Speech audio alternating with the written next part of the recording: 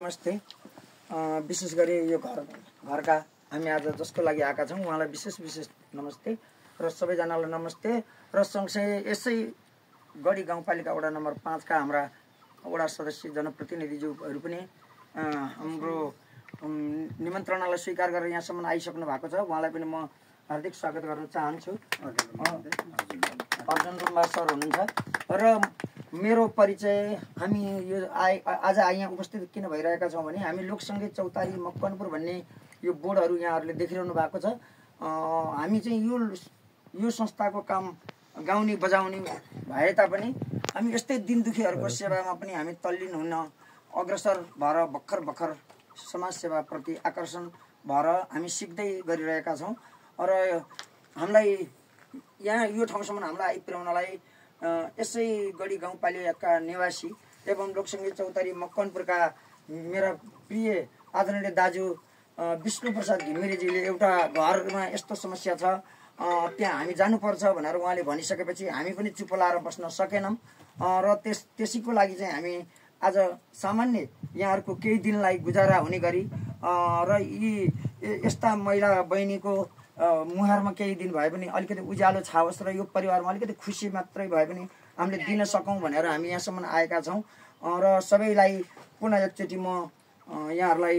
उपस्थित हुने सबैलाई र विशेष गरी यो घरसम्म हामीलाई आउने वातावरण बनाइदिनु भएका हाम्रा विष्णु दाईलाई र हाम्रो निमन्त्रणालाई स्वीकार गर्ने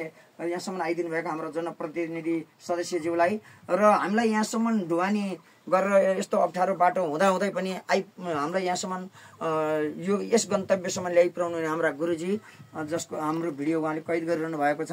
उहाँलाई र यहाँ हामीले वितरण गरेको सामग्री चाहिँ जे हामीले यहाँ दिन सकेका छौँ त्यसको छाया कैद गरेर हामीले लगेपछि हाम्रो यो समाचारको माध्यमबाट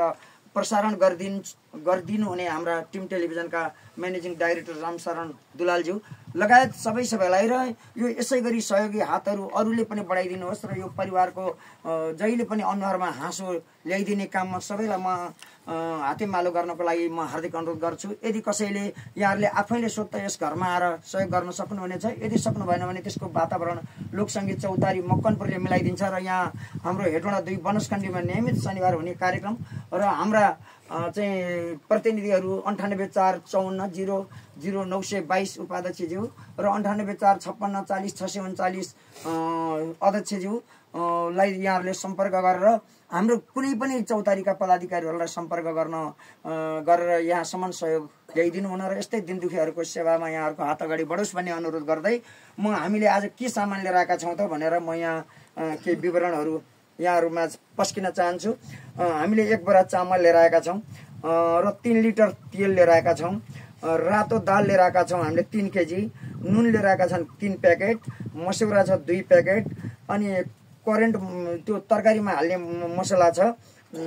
यो चाहिँ आधा केजी छ र फ्रुटी 6 पिस छ। उहाँ चाहिँ फ्रुटी भने चाहिँ खुसी हुनुहुन्छ भन्ने हामीले थाहा पायौँ र आँटा 5 केजी छ र क्वाटी यस्ता बिरामीहरूलाई क्वाटीको झोल उमालेर कसले खुवाउने गर्नुभएको छ, स्याहार गर्ने गर्नुभएको छ उहाँलाई खुवाउनु होला। क्वाटी लिएर आएका छौँ हामीले 2 केजी, बिस्कुट छ 1 प्याकेट, आलु 10 केजी, दालमोठ 2 प्याकेट, चिउरा 3 केजी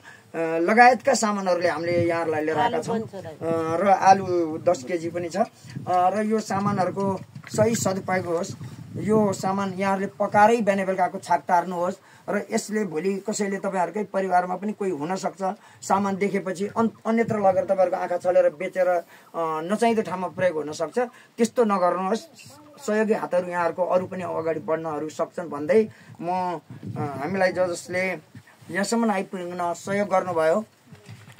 मेरा सम्पूर्ण लोकसङ्गीत चौतारीका साथीहरूलाई म हार्दिक आभार प्रकट गर्न चाहन्छु। इन्दिरा बिडारी उपाध्यक्ष हुनुहुन्छ, उहाँले सहयोग गर्नुभएको छ। विष्णु घिमिरे, भवानी खड्का, रुक्मणी चौलागाई, लीलानाथ घिमिरे, उत्तम ढुङ्गाना, तारा चौलागाई, सुनिता ठकुरानी, रामबहादुर लो, लक्ष्मी तिमल सिन्हा, देवकी शिवाकोटी, कमला पौडेल, तारा सापकोटा, पम्फा सापकोटा, टेकप्रसाद सापकोटा, पार्वती कणेल, सीता गिरी, कल्पना नेपाल, सावित्री कणेल, गायत्री प्रसाद तिमल सिन्हा,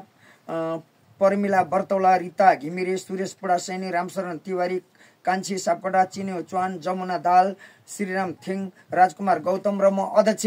सीताराम खनालको संयोजनमा र यहाँहरूको सहकार्यमा यी सामानहरू यहाँहरूलाई हामीले उपलब्ध गराएका छौँ र यो सामानहरू हस्तान्तरण गर्नको लागि उहाँले सक्नुहुन्छ। उहाँलाई म अनुरोध गरेँ हाम्रो लेखा समितिका संयोजक विष्णु दाईलाई एउटा फ्रुटी खोलेर उहाँलाई खुवाएर यो कार्यक्रम उद्घाटन गर्नुहोला।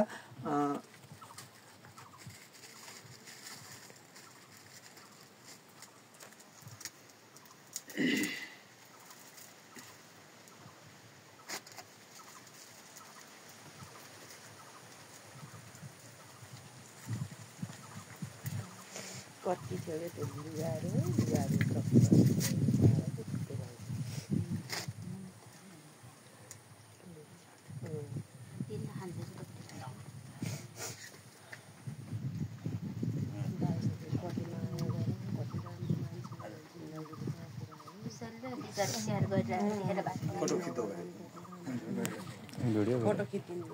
अब हामी फोटो नि हाम्रो दाइ हाम्रो ग्रुपको यहाँ दुईटा हाम्रो उपाध्यक्ष कृष्ण दाजु र हाम्रो सदस्यज्यूलाई चामलको बोरा उहाँहरूको परिवारलाई समात्न दिन म हार्दिक अनुरोध गर्दछु। पहिला ल त्यो त गर्ने अनि दाइलाई दिनु जस्तै आउँदै गर्छ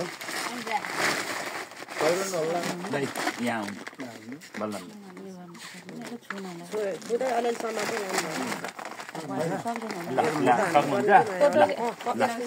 एकछिन दाइ एकैछिन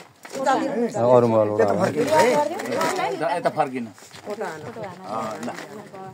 ल यता हेर्नु है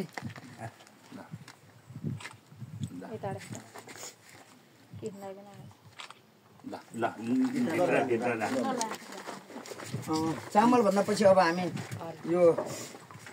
यसमा आलु यो आलु दिनु दाइ आलु है यो 10 केजी आलु छ लगेर राख्नु होला भित्र राख्नु होला सुरक्षित राख्नु होला अब लगेर राख्नुस् अनि अरु सानो लानु भयो भने अब एकचोटि पढेर सुनायो ल अब यो सामानहरू तपाईहरुले उठाउनु होला लगेर सुरक्षित राख्नु होला र यो पकाएर खुवाउनु होला बहिनीलाई राम्रोसँग पकाएर खानु होला र सँगसँगै स्याहार्ने बिरामी स्याहार्ने मान्छे पनि सँगसँगै तपाईले पनि खानु होला किनभने फेरि तपाई कमजोर हुनुभयो भने उहाँलाई स्याहार्ने मान्छे हुँदैन। ल त्यो भन्दै आज हामीले यो हस्तान्तरण गर्यौं र सबै सहयोगी हातहरूलाई यसै गरी सहयोग गर्न म अपिल गर्दै आज यो कार्यक्रम चाहिँ अब हामीले समाप्त भएको घोषणा गर्यौं र अब हामी केही क्षणमै हामी फर्किन्छौं र सबैको यो सहयोगी हातहरू र हामीलाई सहयोग गर्नुहुने सबै सहयोगी मनहरूलाई लोकसंगीत चौतारी मकनपुरको तर्फबाट धेरै धेरै धन्यवाद र ओडा सदस्यज्यू यहाँ हुनुहुन्छ थाहा पाइहाल्नुभयो तपाईको ओडामा बस्ने कस्ता चाहिँ तपाईहरुका जनता हुनुहुन्छ भनेर यहाँहरुको पनि अब